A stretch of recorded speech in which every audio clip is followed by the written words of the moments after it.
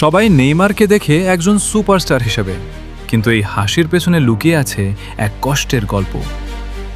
Neymar junior ব্রাজিলের এক সাধারণ পরিবারে জন্ম নেওয়া একটা ছেলে, যার শৈশব কেটেছে দারিদ্র্যের সঙ্গে লড়াই করে। মাটির মাঠে খালি পায়ে স্বপ্ন ছিল শুধু একটা, ফুটবলার হওয়া। ছোট বয়সে সে যোগ দেয় সান্তোস এফসি এবং খুব দ্রুতই সবাই বুঝে যায় এই ছেলে আলাদা।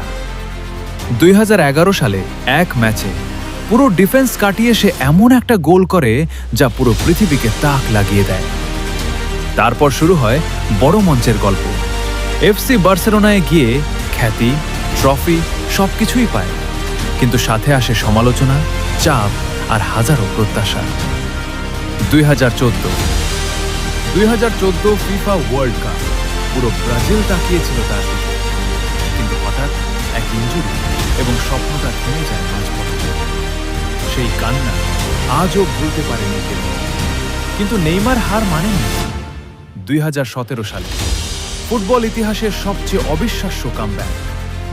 এফসি বার্সেলোনা বনাম প্যারিস সেন্ট জার্মেইন, শেষ 7 মিনিটে 2 গোল, 1 অ্যাসিস্ট, একাই বদলে দেয় পুরো ম্যাচ। এরপর নতুন challenge, Paris Saint Germain. Injury, সমালোচনা, তবুও সে থামে না, কারণ সে জানে লড়াই করাটাই তার আসল শক্তি।